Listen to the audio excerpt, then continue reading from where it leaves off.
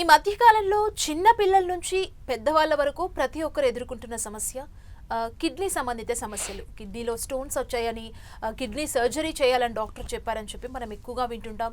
రకరకాల సలహాలు సూచనలు కూడా వింటుంటాం. వాటర్ ఎక్కువ తీసుకుంటే కిడ్నీలో ఉన్న స్టోన్స్ వెళ్ళిపోతాయని చెప్పి.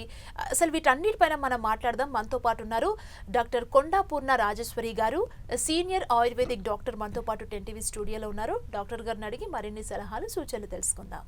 Hello doctor. హలో అమ్మ. చిన్న వాళ్ళ నుంచి వృద్ధుల వరకు ప్రతి ఒక్కరు ఎదుర్కొంటున్న సమస్య మెయిన్ కిడ్నీలో స్టోన్స్ వచ్చాయని చెబుతుంటారు. అండ్ కిడ్నీ సర్జరీ కూడా వెళ్ళే సిచ్యువేషన్స్ ఉంటాయి. కొంతమంది కిడ్నీ ఫెయిల్యూర్ అయి డయాలసిస్ చేయించుకునే సిచ్యువేషన్ వరకు వెళ్తుంటారు డాక్టర్.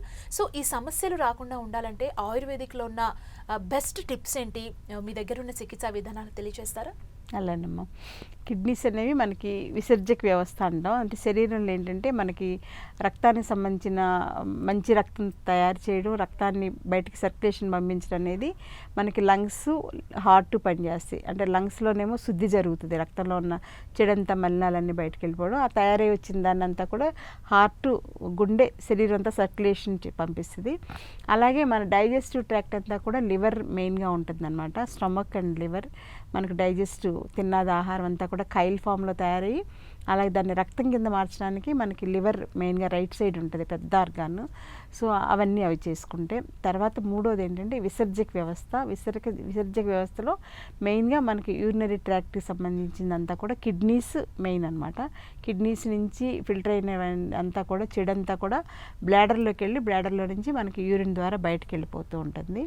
సో మిగిలింది ఏమన్నా ఉంటే లార్జ్ ఇంటెస్టైన్ నుంచి మనకి బౌల్స్లో నుంచి రోజు మార్నింగ్ లేచిన వెంటనే న్యాచురల్ కాల్స్ తోటి మనకి మోషన్ కూడా ఫ్రీగా అయిపోతుంది.